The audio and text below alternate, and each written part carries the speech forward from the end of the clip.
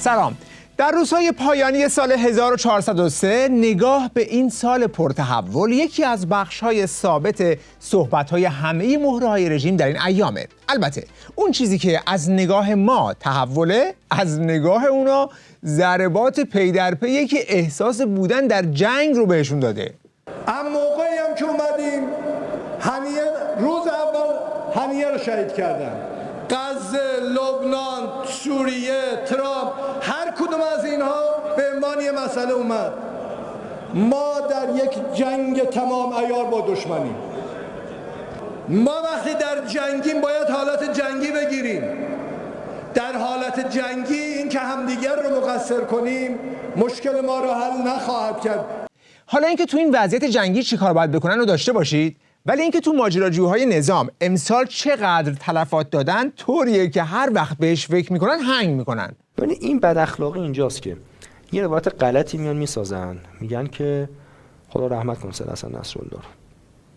چه سالی بود امسال، هر کی یاد میکنیم باید یه رحمت الله علیه، یه خدا رحمت کنه، یه صلوات بفرستیم بر همش. اللهم صل علی محمد.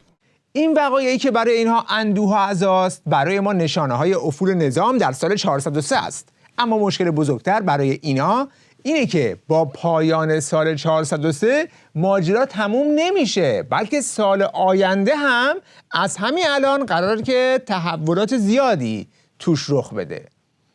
این مرحله بسیار حساسیه.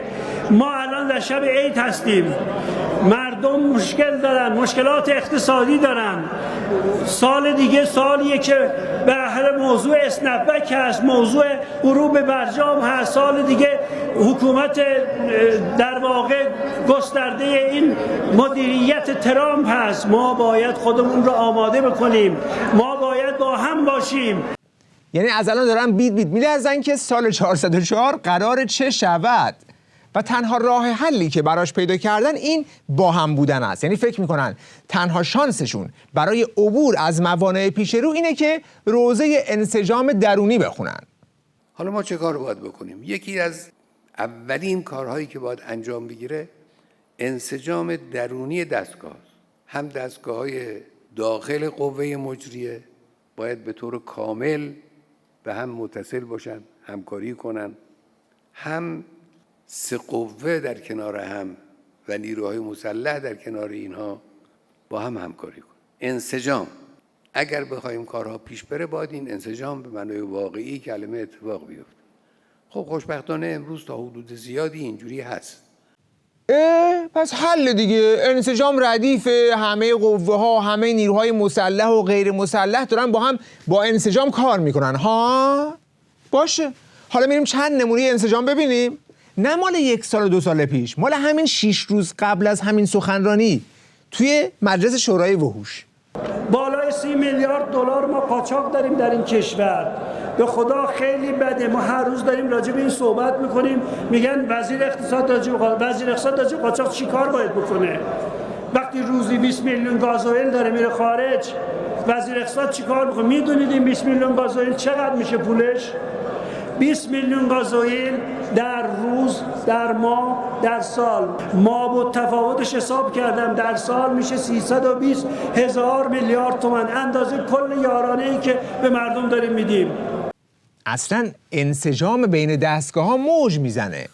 طرف مثلا وزیر بوده، زیر دستش داره بالای 30 میلیارد دلار قاچاق میشه، میگه نمیتونه کاری بکنه. بعد اون یکی که مثلا رئیس جمهوره خودشو میزنه به خنگی، میگه مثلا نمیدونم که کی داره سوختو میبره. حالا جسارت گازوئیل میدونید ما روزانه 20 میلیون لیتر. گوش بده، حالا گفتی این گازوئیل هایی که 20 میلیون لیتر رو قاچاق میکنن کیان؟ گازوئیل ما رو قاچاق میکنن. کی قاچاق میکنه؟ کی این رو حمل میکنه؟ کی میبره لب مرز؟ اینو که با بشکه و با دست نمیشه برد. یکی از یه جایی ور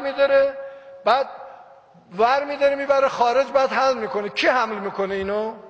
6 ماه طرف اومده سر کار، عین 6 ماه همین سوالا هی تکرار میکنه و نق میزنه که دارن میبرن، دارن قاچاق میکنن.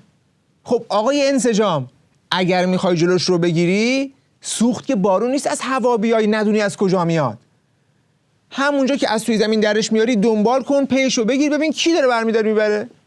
مگر اینکه تو هم خودت توی این قاچاق انا شریک، یعنی خودت هم یه چیزی گیرت میاد که بعدت نمیاد همینجور ادامه پیدا کنه. یه نکته من بگم، ملت ما در چنبره قاچاق، کاسبان تحریم و راندخوارا قرار گرفته، بخواین یا نخواین هست. و مردم عزیز، 80% مردم ما دارن به خاطر هزینه هایی که اینا دارن به ملت تحمیل میکنن دارن له میشن. پس یکی دیگه از مشکلات این دستگاه منسجم اینه که یه سری دارن یه چیزایی میخورن این وسط، یعنی تو کار بخورن. اون چیه که میخورن؟ آهان، رانت رو چطوری میخورن؟ با چاقو، چنگال، چطوری قضیهش؟ همین شورای نگهبان الان بودجهش شده 630,000 میلیون تومان. خب کشور نمیشه اینطوری کشور رو اداره کرد. شما برید بودجه سال 64 شورای نگهبان رو نگاه کنید، 5 میلیون تومانی. 5 میلیون شده 630,000 میلیون تومان. گفت چقدر؟ 630,000 میلیون تومان میشه یه 63 با 10 تا صفر. یعنی از سال 64 که 5 میلیون تومان بوده تا الان 126,000 برابر شده. آخه شورای نگهبان توی این مدت نونخورش بیشتر شده، کارش فرقی کرده، تولیدی زده، پس چرا باید اینقدر بودجه براش اختصاص پیدا کنه؟ تازه اینها نمونه رانت‌هایی که علناً بهش ردیف بودجه اختصاص دادن، یعنی رانت حکومتی خیلی رسمی که دیگه حساب کتابش از دست وزیر اقتصادشون هم در رفته و 6 ماه براشون کافی بود تا این وزیر اقتصاد رو با استیضاح از دولت پزشکیان پیاده کنند. آراء موافق استیضاح 182 رأی، آراء مخالف 89 رأی. بنابراین جناب آقای همتی موفق به اخذ رأی اعتماد مجدد به عنوان وزیر امور اقتصادی و دارایی نشدند. خیلی ممنون، تشکر میکنم. حالا اینجا طرف از بغل زده به شاسی دولت پزشکیان، وزیر اقتصادش رو پرت کرده بیرون، اما بعدش خیلی ریلکس ما قفل کردیم روی انسجام، چشمون بر نمیداریم. تأکید رهبر حکیم انقلاب بر حفظ انسجام درونی دستگاه‌ها و انسجام میان قوا راهنمای عمل و نصب العین ماست. ایشان بر انسجام تمام سطوح قوا تأکید کردند. بله، مقام عظما هم تأکید کردن روی انسجام بین دستگاه‌ها. اینا با حذف وزیر اقتصاد زدن پیشونی دولت رو آوردن پایین و دولت وفاق پزشکیان رو راهی قبرستون کردن.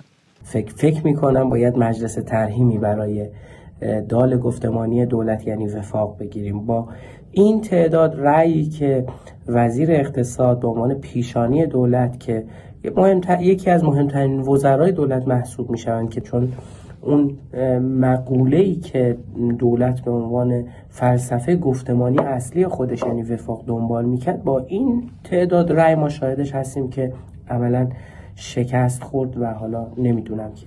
البته این مدل انسجام فقط بین دولت و مجلسشون نیست، بلکه بین نمایش‌های جمعه و دولت هم در این مدت خیلی هماهنگی و هارمونی قابل توجهی وجود داشته.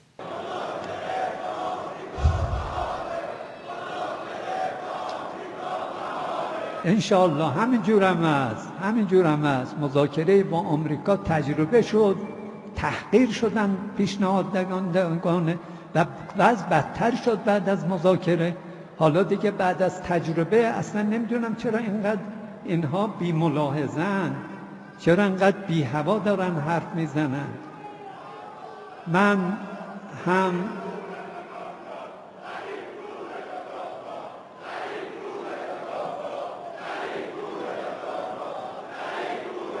من در برابر این روحیه الهی عرشی عزتمندانه آحاد مردممون احساس تواضع میکنم، زانو میزنم.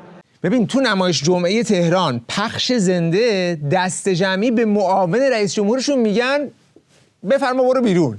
بعد اون آخوند زمینخوار که اونجا وایستاده هم تمام قد میره پشت اون جمعیت. اینو هم بدایید شما کنار اون حملات مستمر باند خامنه‌ای توی مجلس به ظریف که نهایتاً رسید به این توییت ظریف که برای بار چندم استعفا داد.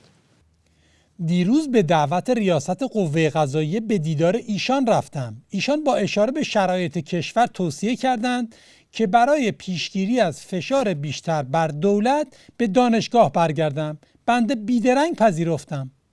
خب اژه‌ای هم که حتما از خودش نگفته، لابد اونم یک بزرگتری، یه مقام عظمایی داره که از طرف اون این پیام رو به ظریف داده که بسا تو هم پیاده شو. چرا ساختار قدرت فرزندخوانده خود را میخورد؟ دولتی رو که نهاد قدرت از عمق وجود خودش به وجود میاره و حاکم میکنه، در یک مرحله بعد دچار خردگی و حسب و ناامیدی میکنند. اینکه استیزاها و استعفاهای اخیر و تنش‌هایی که ما شاهدش بودیم یک نشانه دارد و آن نشانه زوال اکسیژن مشروعیت در ساختار قدرت. پس اگر یه فلاشبک بزنیم، اون روز که پزشکیان تازه میخواست وفاق را بندازه، کل این وفاقش این بود: برای اینکه تایید باند خامنه‌ای رو هم داشته باشه، گفت اگر مثلا این دولتش 20 نفر داره، 15 تاش مال شما، فقط 5 تاش از نفرات من باشه. که اگر یادتون باشه اون موقع هم با دمش گردو میشکن که همه وزرای کابینش یه ضرب تایید شدن. حالا 6 ماه نگذشته از همون 5 تای خودش 2 تا سنگین وزنش رفت. اینه. ولی تازه به اینقدر وفاق راضی نیستن اونا، میخوان بیشتر وفاق کار کنن باهاش. من بر همین اساس از ریاست محترم قوه قضاییه تشکر میکنم که قانون رو در خصوص یکی از کسانی که فرزندانش تابعیت مضاعف آمریکا داشتند اجرا کرد و نسبت به عزل اونا اقدام کرد. بدیهیه که قانون فقط نباید درباره یک نفر اعمال بشه و آقای ظریف هم در مصاحبه گفتن که افراد دیگری غیر از ایشون هم در دولت هستند که فرزندانشون تابعیت مضاعف دارن. من از ریاست محترم قوه قضاییه میخوام که قانون رو در خصوص هر کس در هر جریانی، هر مجموعه‌ای که این ویژگی‌ها رو داره اعمال بکنن. آقای اژه‌ای ازش همینجا تشکر میکنم. از آقای ظریف بخواد که محترمانه بره کنار و نه راههای دیگه بود برای این کار. و البته من از آقای اژه‌ای میخوام که این مسئول ادامه بده. 5 نفر دیگه هم تا الان هستن که باید برن کنار. پس اون وفاق و انسجامی که پزشکیان میخواست راه بندازه الان دیگه تقریبا لبه گوره. حالا اگر فرض بگیریم که مثلا این وفاق هم جور میشد، چی میشد؟ یک بابای اومده گفته آقا من مدعی هستم که با وفاق من میتونم وضع رو بهتر بکنم.